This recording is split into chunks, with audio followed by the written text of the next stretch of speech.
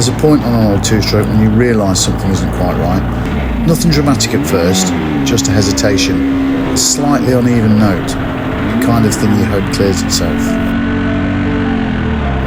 At steady speed it felt mostly okay, but every time I asked for more, it didn't respond cleanly. It didn't feel electrical, definitely felt like fuel, like two cylinders weren't getting what they needed.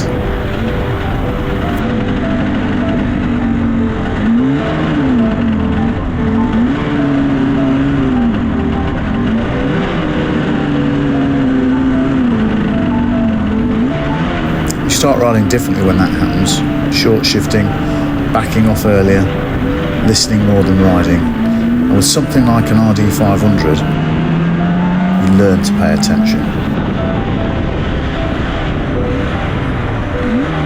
This bike doesn't warn you with the lights or messages, it talks to you through the throttle, through the vibration, through the way it stops pulling when it should be alive.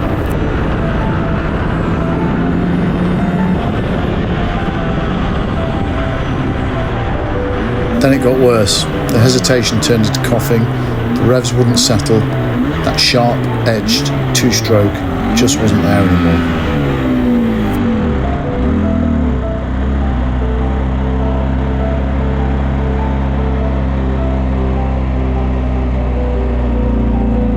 Eventually that was it. I rolled to a stop, killed the ignition and let the bike fall silent.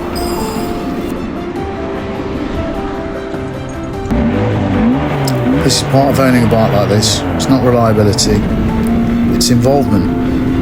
In my next video I'll go through what caused it and what it takes to keep an RD500 alive. This is two-stroke life.